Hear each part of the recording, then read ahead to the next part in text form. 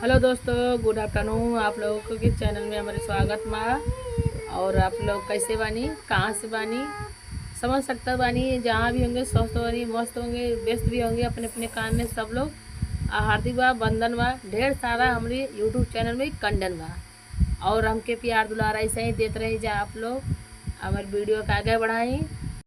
हम आई सीतापुर से, सीतापुर महमूदाबाद लखनऊ आना जाना बा। हमारे वीडियो के सपोर्ट करी जा।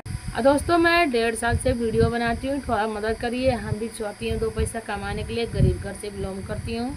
ऐसे ही आप लोग रोआ लोग हमारा पे प्यार दुलारापन दी जा, बरसाई जा।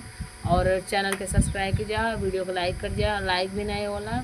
अगर वीडियो अच्छा लगा तो कमेंट में बताए, ना अच्छा लगा तब वो कमेंट में जरूर जाए, तो थोड़ा सा हम सुधार ला ले वीडियो में। और आप लोग जरूर मदद करी जा। हमके बहुत ज़रूरत बा आप लोगों के। हम और गरीब घर से बारी बिलोंग करता नहीं। मेरी वीडियो को लाइक कर जा, फॉलो कर जा, सब्सक्राइब कर जा।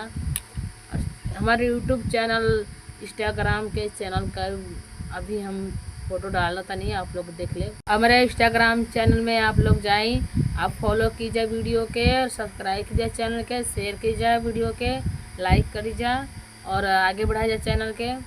हमारे इंस्टाग्राम चैनल में आप लोग के फिर से स्वागत बा, हार्दिक बा, बंधन बा, अभिनंदन बा। ढेर सारा हमारे यूट्यूब चैनल में कंडन बा।